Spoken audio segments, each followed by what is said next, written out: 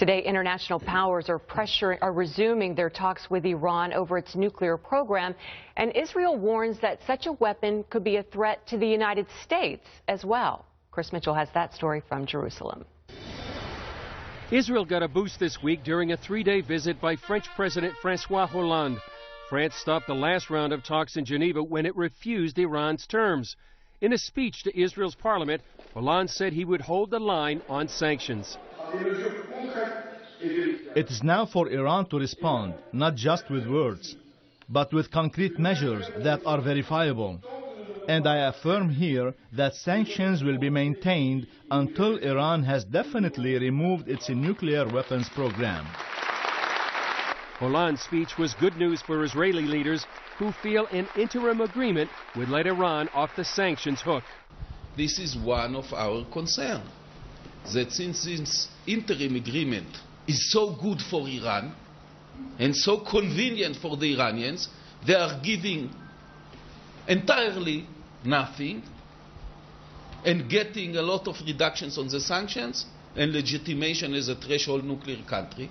This is the most frightening nightmare of all that we're dealing with in foreign policy. U.S. Congresswoman Michele Bachmann was in Israel this month and told CBN News it's the wrong time to go easy on Iran. Just when economic sanctions are really working, we've got Iran exactly where they're about to have their back broken. They're down on their knees, and just when they're down on their knees, the Obama administration wants to pull all the pressure back, and they want to give Iran the space they need, in addition to the luxury of time, to finish their project of developing a nuclear weapon. Bachmann believes Iran's nuclear program and its supreme leader, Khamenei, threaten both Israel and the West. Khamenei will not only use a nuclear weapon against Israel, they will use it against any other Western civilization. They will use it against Europe. They will use a nuclear weapon against the United States of America. Don't think for a moment that they won't. They will. They seek the elimination of the United States just as surely as they seek the elimination of the Jewish state of Israel. But Israel is not the only concerned country in the region.